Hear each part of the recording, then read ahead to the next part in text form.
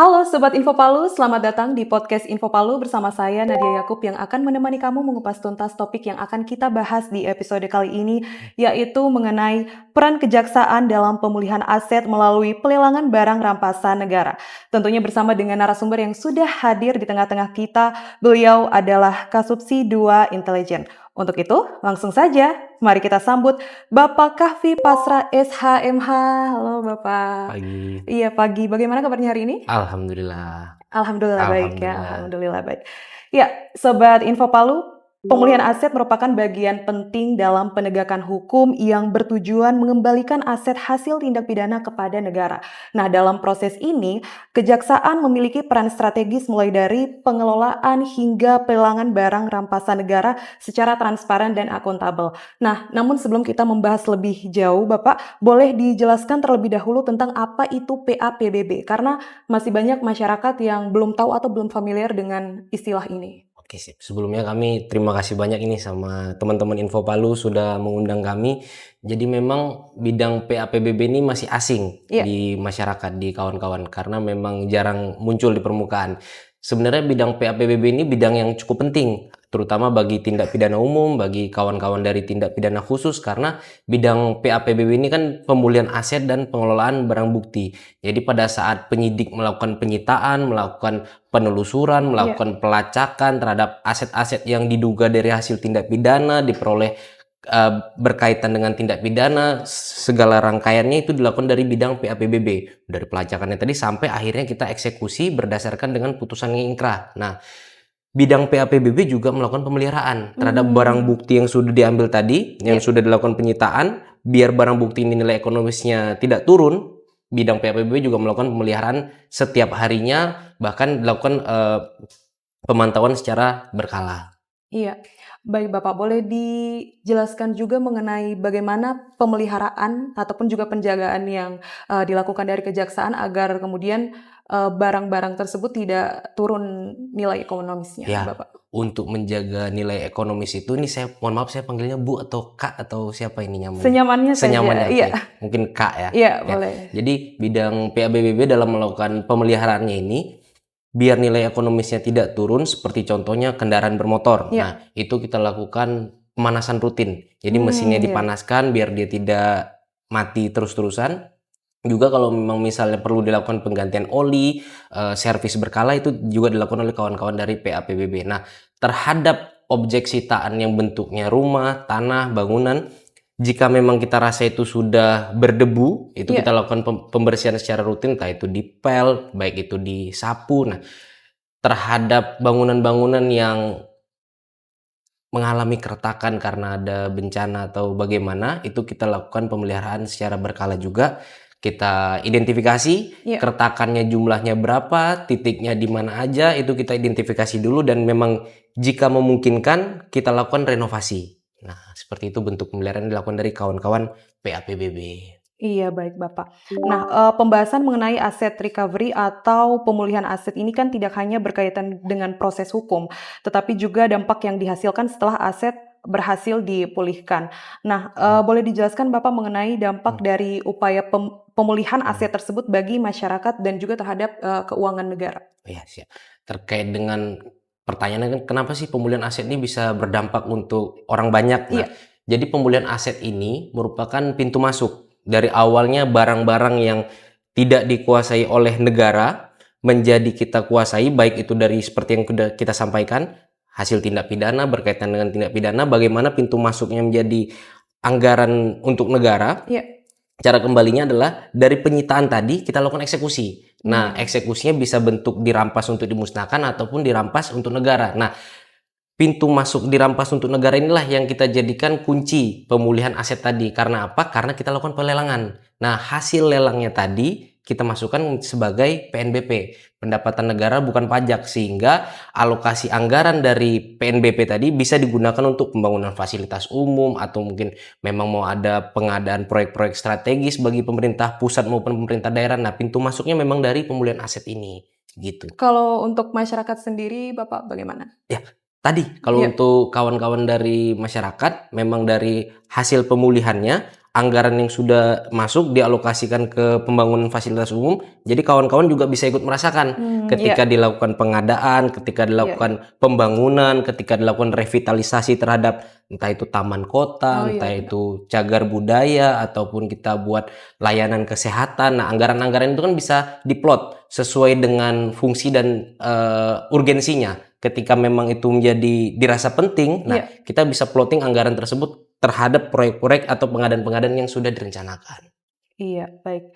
Nah, dalam proses peradilan tindak pidana, kita sering mendengar istilah, barang bukti yang disita oleh aparat penegak hukum. Nah, namun status hukum atas barang-barang tersebut dapat berubah seiring berjalannya proses persidangan hingga terbitnya putusan pengadilan. Ya. Nah, seringkali masyarakat ini merasa bingung Bapak, membedakan antara barang bukti dan barang, rampasan negara. Nah, Oke. bisa dijelaskan kapan suatu barang itu, pada akhirnya resmi berubah statusnya menjadi, barang rampasan negara, Bang? Oke. Nah, kalau bedanya barang bukti sama barang rampasan hanya beda dari transformasinya. Dari awal kita melakukan penyitaan, Iya, karena kita duga ini berasal dari tindak pidana atau berkaitan dengan tindak pidana, kita lakukan penyitaan. Nah, itu namanya barang bukti. iya, iya. Nah, sederhananya barang bukti tersebut kita lakukan sita. Bagaimana caranya kita untuk membuktikan barang ini menjadi barang rampasan atau kemudian barang ini jangan-jangan dikembalikan kepada yang berhak. Nah, jadi tidak semua barang bukti itu kita rampas untuk dimusnahkan, tidak semua barang bukti itu kita rampas untuk negara, tapi ada juga barang bukti yang kita kembalikan ke pihak yang berhak. Pada saat memang dilakukan penyitaan, kemudian saat sidang, proses persidangan datang pihak yang merasa memiliki barang tersebut dan memang barang tersebut tidak diperoleh dari tindak pidana, tidak berkaitan dengan tindak pidana, maka berdasarkan analisa JPU, Jaksa Penuntut Umum, barang tersebut berhak dikembalikan kepada pihak ketiga tadi. Nah, kapan barang tersebut menjadi barang rampasan negara? Nah, barang rampasan negara itu pada saat barang bukti ini dia tidak ada yang punya, tidak ada yang memiliki berkaitan dengan tindak pidana, Iya, diperoleh dari hasil tindak pidana, dari fakta persidangan pun menyatakan memang barang ini masih memiliki nilai ekonomis dan dapat dirampas untuk negara. Putusannya ingkrah, kita lakukan pelelangan, nah barang itu bisa dirampas untuk negara berdasarkan putusan yang ingkrah. iya. Jadi memang, ini bergantung pada putusannya ya. Putusannya Kalau betul. memang misalnya ini Hmm. ada bukti yang memang, berhak yang punya atau Ya, pemiliknya, betul. ya maka diserahkan kepada yang, Berhak, punya, betul. seperti itu.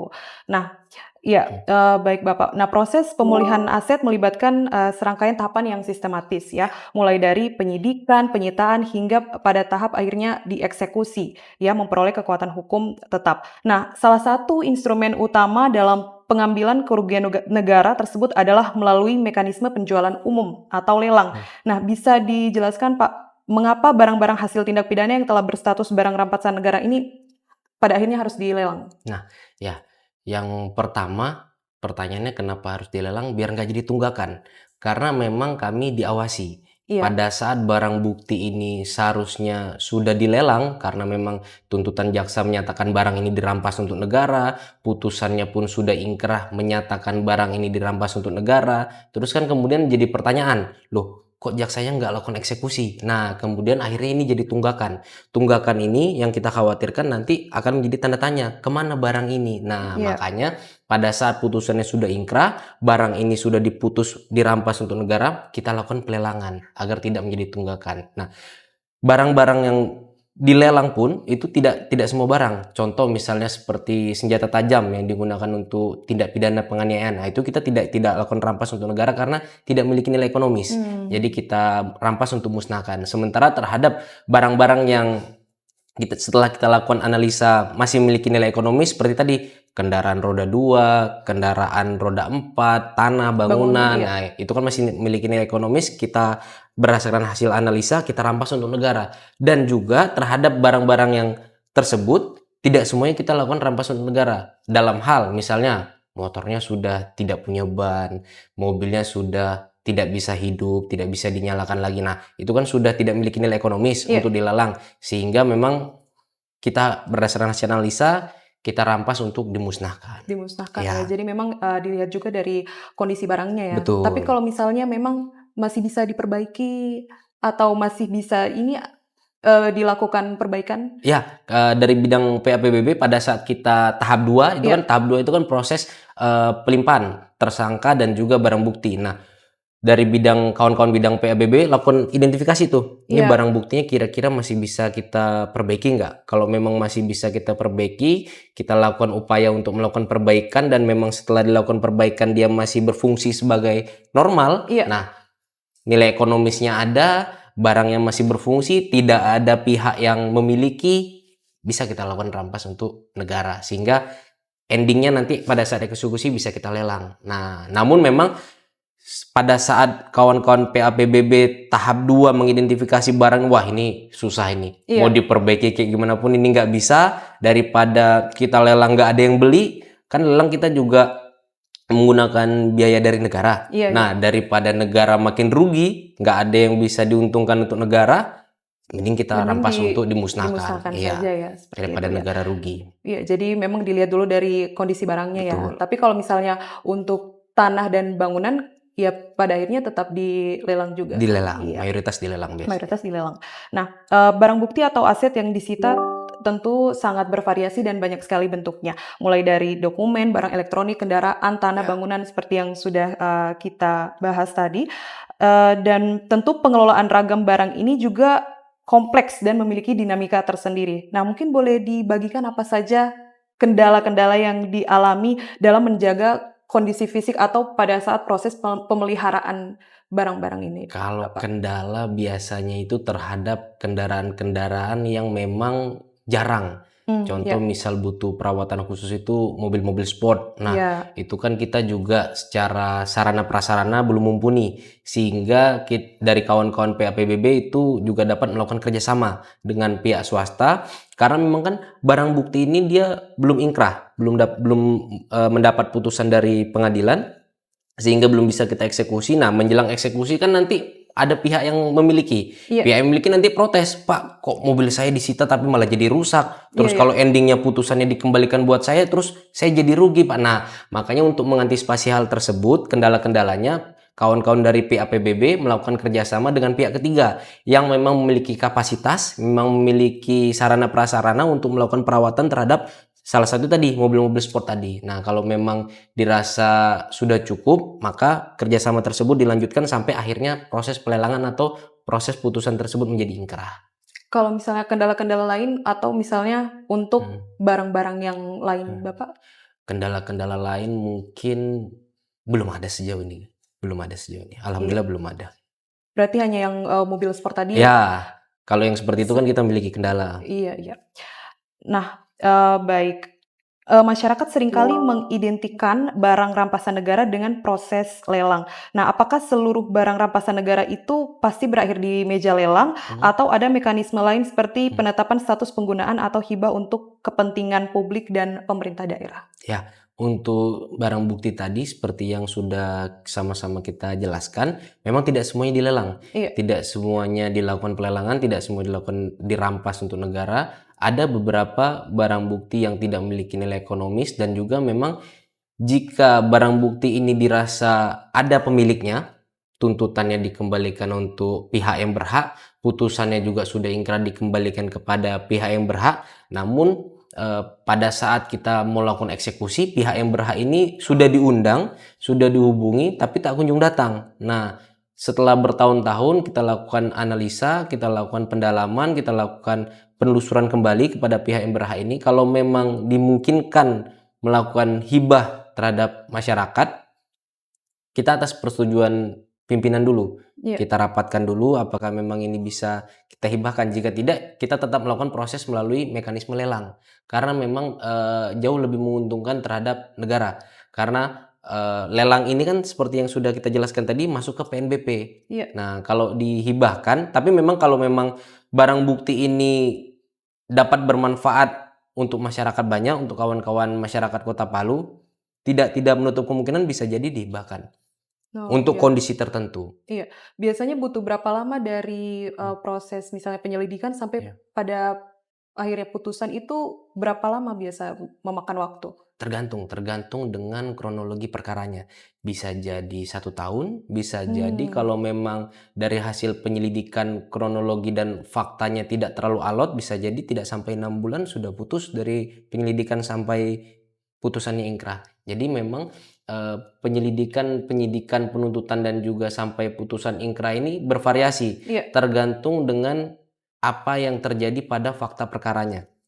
Jadi memang pada saat misalnya kita melakukan penyelidikan, kita identifikasi, oh ternyata ini saksinya kurang lebih ada 30 sampai 40 orang. Otomatis kita butuh banyak waktu Iya. untuk menyelesaikannya. Nah, setelah dilakukan 40 orang itu kita expose Iya. apakah memang ini merupakan tindak pidana? Karena kalau memang ini merupakan tindak pidana, kita naikkan tahapannya ke penyidikan. Namun jika memang kita rasa ini tidak ada indikasi tindak pidana, kita stop di situ.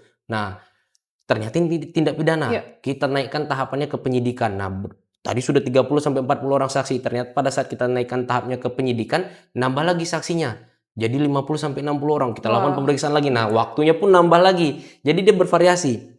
Nah, kemudian tahapan selanjutnya kita melakukan penuntutan di persidangan, di Iya. pengadilan. Nah, alhamdulillahnya untuk Kota Palu, kita sudah memiliki pengadilan sendiri di sini. Nah, untuk kawan-kawan di daerah lain, itu kadang pengadilannya masih ada di kabupaten lain.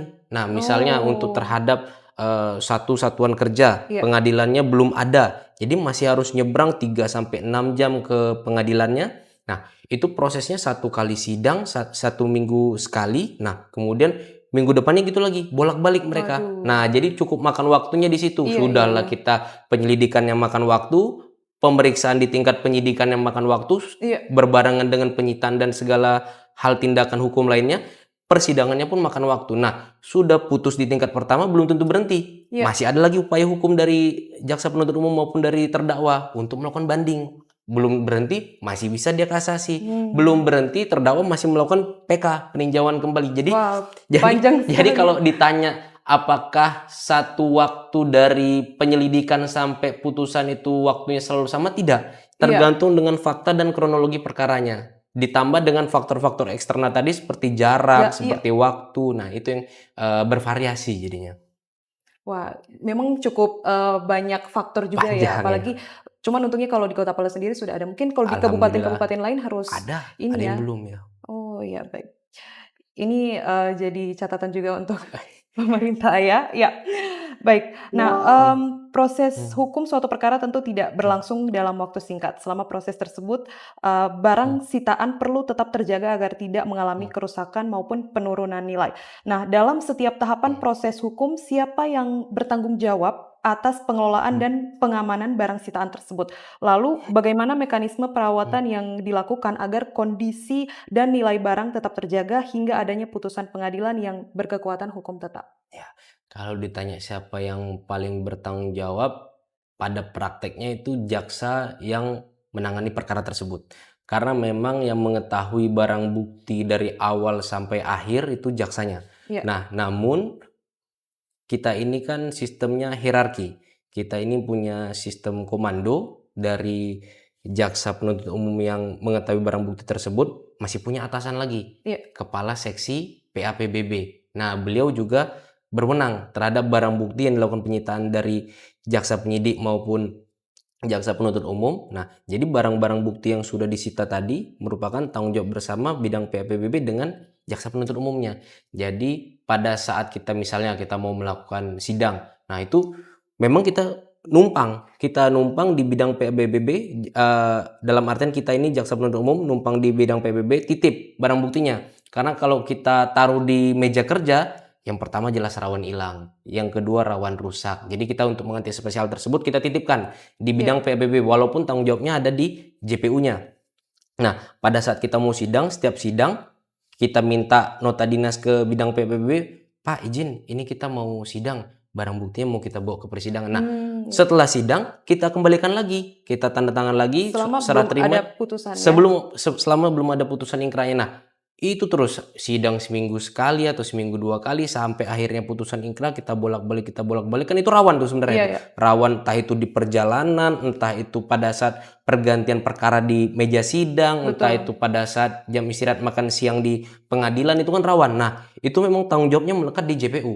Karena JPU yang bawa dari tempat penitipan barang bukti keluar sampai ke sidang sampai dibalik lagi, tanggung jawabnya di JPU. Namun dalam hal, tapi ini nauzubillah min dzalik, Iya. barang bukti tersebut hilang, barang bukti tersebut rusak, memang menjadi tanggung jawab bersama dengan Kepala Seksi PAPBB karena barang bukti tersebut sudah kita titipkan dan menjadi wewenang dari bidang PAPBB seperti itu. Kecuali misalnya sudah keluar putusan dan berarti dari kejaksaan sendiri yang bertanggung jawab penuh ya? Ya, Kalau misalnya betul.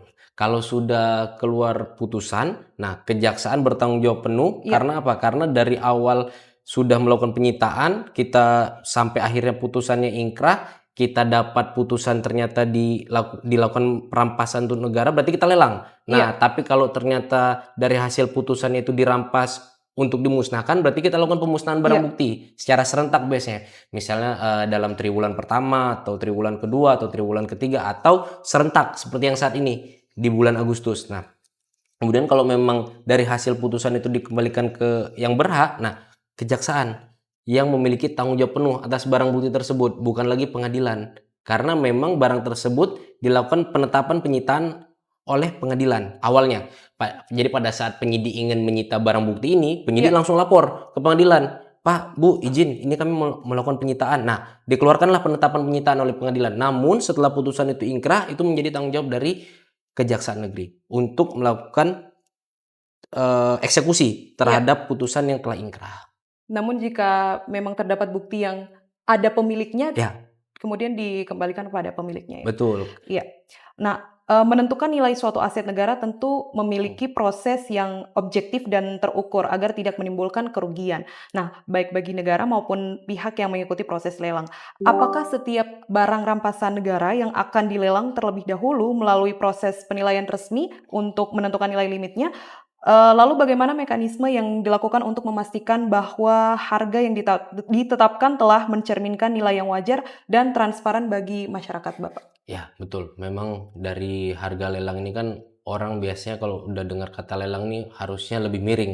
Nggak Iya. boleh lebih mahal. Harganya harus wajar. Harus dalam tanda kutip harganya harus lebih berteman. Nah, dalam hal ini kita juga tidak semata-mata menentukan nilai tersebut sendiri. Iya. Kita melakukan penilaian tersebut secara objektif. Hal tersebut kami buktikan dengan menggait dengan melakukan kerjasama dengan KPKNL. Jadi KPKNL yang berwenang dan juga dalam menentukan nilai wajar tadi, Iya. kita masih berdasarkan dengan peraturan Menteri Keuangan. Sehingga dari kawan-kawan tidak perlu khawatir. Kalau memang ini nilainya tidak wajar atau memang merasa nilainya ini dalam tanda kutip tidak berteman, itu sudah berdasarkan dengan peraturan Menteri Keuangan. Nah, juga kawan-kawan jangan khawatir, itu harganya itu dimainin suka-suka jaksanya itu enggak. Kita di sini bekerja sama dengan KPKNL, kita tidak melakukan intervensi sedikit pun, memang beliau-beliau di sanalah yang berwenang untuk menentukan harga lelang ini. Dan kami pun tidak berani menentukan harga lelang ini karena memang bukan kapasitas kami. Nah, karena bukan kapasitas kami tidak melakukan penetapan nilai terhadap objek barang, objek benda, sitaan yang akan dilakukan pelelangan tadi, maka kami melakukan kerjasama dengan KPKNL. Jadi jangan khawatir ya, itu Jangan sudah khawatir, insya sudah Allah. sesuai dengan peraturan yang berlaku. Insya Allah. Iya. Nah, ini kan setiap mekanisme lelang memiliki syarat-syarat administratif gitu ya bagi masyarakat yang memang berminat atau mau ikut lelang. Nah, syarat apa saja yang harus disiapkan oleh peserta lelang khususnya mengenai uang jaminan, penawaran lelang dan batas waktu penyetorannya? Oh ya, nah, kalau kawan-kawan bingung, sebelum kita melakukan lelang, buka dulu websitenya lelang.go.id. Nah, nanti di situ kawan-kawan buat akun. Iya. Kawan-kawan buat akun, yang perlu disiapin juga nggak banyak, nggak ribet. Cuman perlu siapin KTP, nomor HP, nomor rekening. Nah, untuk terkait dengan uang jaminan, Iya. itu nilainya tidak melebihi 50% dari Iya. objek lelang. Iya. Sehingga pada saat kawan-kawan ingin ikut lelang, selain menyiapkan akun tadi, siapkan juga uang jaminannya. Dan jika memang akun sudah dibuat, uang jaminan sudah disiapkan, ada kendala, jangan khawatir. Kawan-kawan bisa menghubungi kami melalui media sosial. Atau kalau masih ragu ini media sosialnya benar dikelola oleh pihak kejaksaan atau tidak, boleh langsung datang ke kantor. Daripada bingung, lebih pasti lagi datang ke kantor, Iya. bawa bukti-buktinya, sudah buat akun, sudah siapin uang jaminannya, bawa aja ke sini. Jadi tidak ada intervensi dari pihak manapun, jadi tidak ada miskomunikasi. Sehingga kawan-kawan masyarakat Kota Palu tidak menerima berita yang hoaks. Nah, sehingga hal tersebut kawan-kawan menerima informasi resmi dari Kejaksaan Negeri Palu. Iya, jadi bisa mengunjungi laman www.lelang.go.id ya untuk Bisa, informasi lebih lanjut, menyiapkan, data diri, nomor betul. HP, kemudian juga uang jaminannya juga jangan Iya dilupakan iya. ya, iya.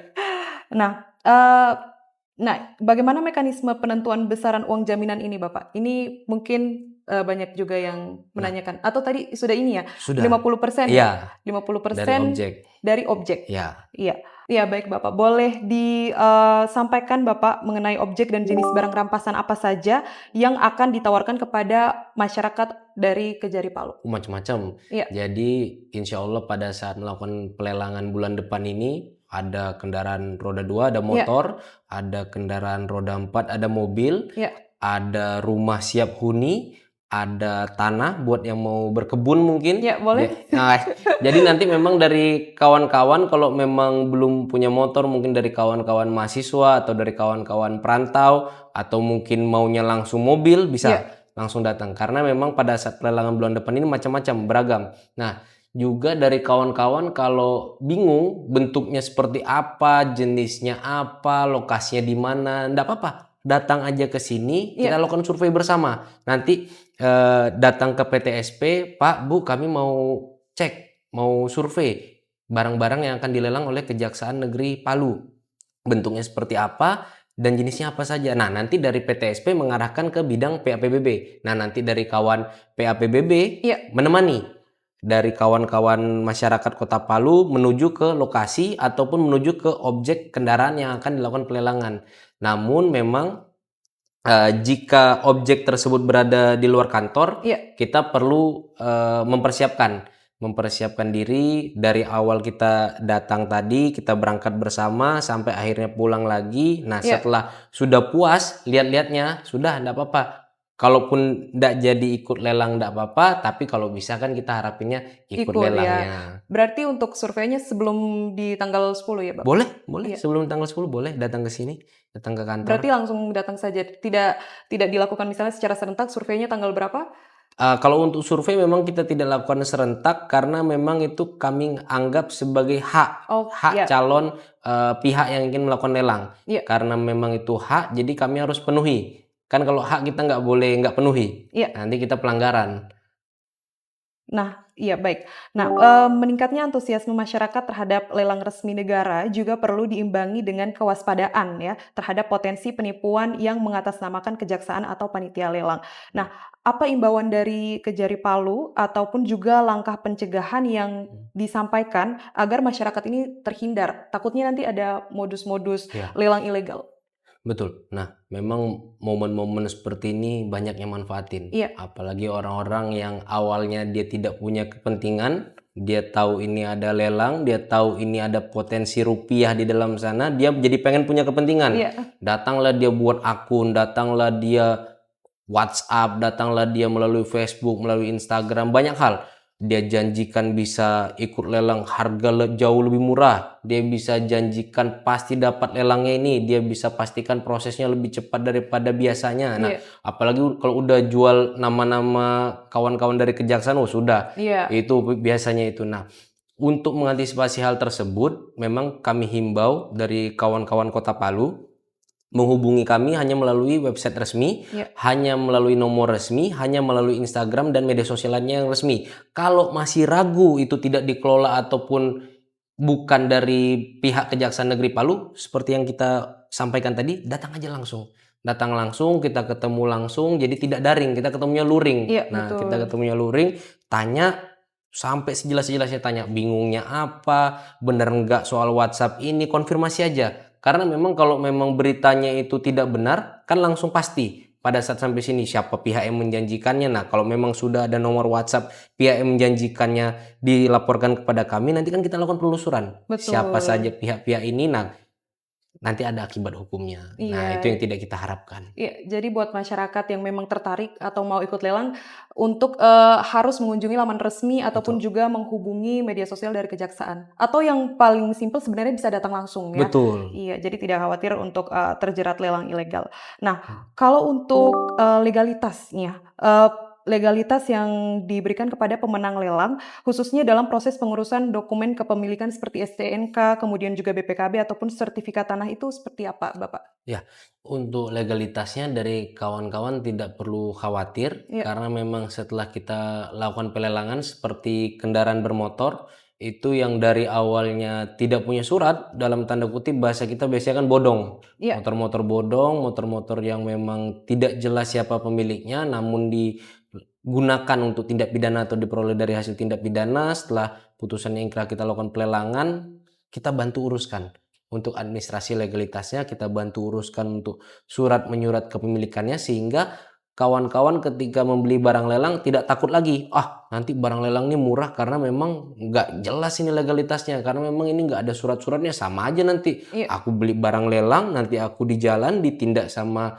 kawan-kawan Polantas, iya. nanti ya salah lagi aku. Enggak, insya Allah dari bidang PBB menyediakan layanan pada saat kawan-kawan menang waktu ngebid, bid lelangnya sudah menang, sudah diumumkan pemenangnya, sudah resmi, sudah sah, dari kawan-kawan PBB akan bantu administrasi untuk legalitasnya. Iya, jadi jangan khawatir ya kalau Jangan misalnya sudah, khawatir. menang lelang tentunya tidak dilepas begitu saja. Tidak, Tentunya, akan didampingi seterusnya untuk, legalitasnya. Iya, legalitasnya. seperti itu. Nah, Bapak sebagai penutup nih Ya. ya, sebagai penutup bisa memberikan pesan ataupun juga imbauan kepada masyarakat Kota Palu, ke untuk mengakses, informasi resminya, Bapak? Ya, untuk mengakses informasi resminya ada di Instagram Kejaksaan Negeri Kota Palu. Iya. Di situ juga terlampir sudah nomor resmi kami, alamat resmi kami. Jadi jangan bingung untuk kawan-kawan dan juga mohon izin ini himbauan untuk lelangnya boleh sekalian. Iya, boleh boleh Jadi boleh untuk boleh. kawan-kawan Kota Palu, Kejaksaan Negeri Palu akan melakukan lelang serentak pada bulan Agustus dari tanggal 10 sampai 14 Agustus. Kami harap kawan-kawan antusias, kami harap semangatnya, kami tunggu kedatangan kawan-kawan Kota Palu di Kejaksaan Negeri Palu. Iya, baik Sobat Info Palu. Ya, luar biasa sekali tadi kita sudah begitu banyak ya membahas tentang lelang yang juga memang kita sudah menginformasikan kepada masyarakat yang memang tertarik bisa langsung mengunjungi laman www.lelang.go.id dan apabila ada pertanyaan lebih lanjut bisa menghubungi nomor 082194436733 ataupun juga bisa langsung berkunjung ke kantor Kejari Palu. Nah, ya, baik Sobat Info Palu, jangan lupa untuk terus terhubung bersama kami dengan cara memfollow akun Instagram Info Palu, TikTok, Facebook, dan juga subscribe akun YouTube Info Palu. Kami ingin mengucapkan terima kasih kepada Bapak Kahfi Pasra SHMH yang Amin, terima sudah kasih. bersedia hadir dan juga berbagi kepada kita semua mengenai pemulihan aset melalui proses pelelangan. Nah, semoga diskusi kita ini bisa membantu masyarakat yang mau ikut lelang, dan juga, masyarakat yang tertarik ya ikut Ya. lelang seperti itu dan ya kami ucapkan terima kasih, sampai jumpa di episode berikutnya teman-teman.